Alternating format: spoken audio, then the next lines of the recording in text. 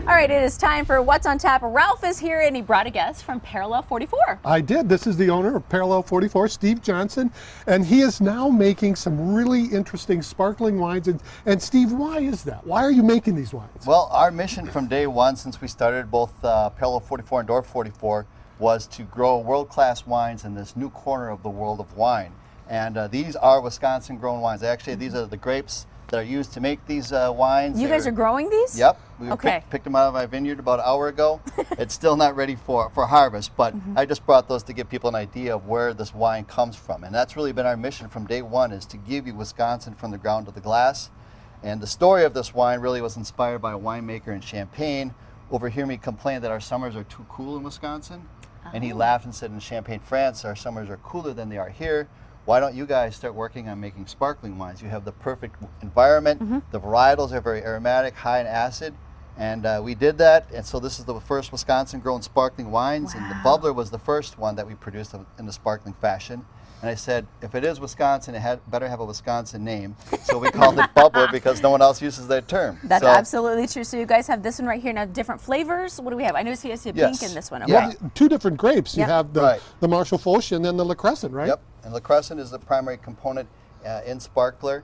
And Foch is also used in the Sparkler. And these are what we call northern grape varietals. They're really new to the world of wine in comparison to the California varietals.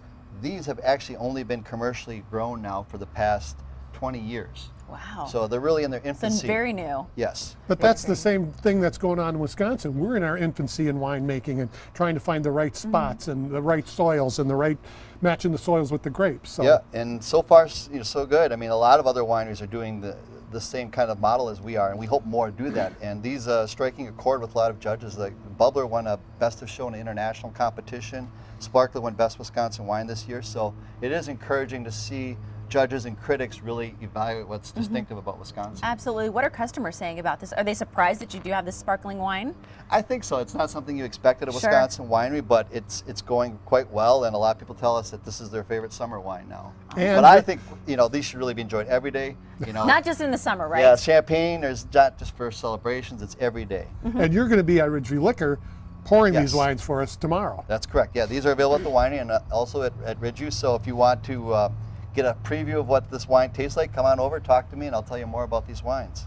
Absolutely wonderful. Again, 4 to 7 tomorrow, right? Correct. 4 to That 7 sounds good to tomorrow. me. Come down, meet them, try out these beautiful and I'm sure good tasting.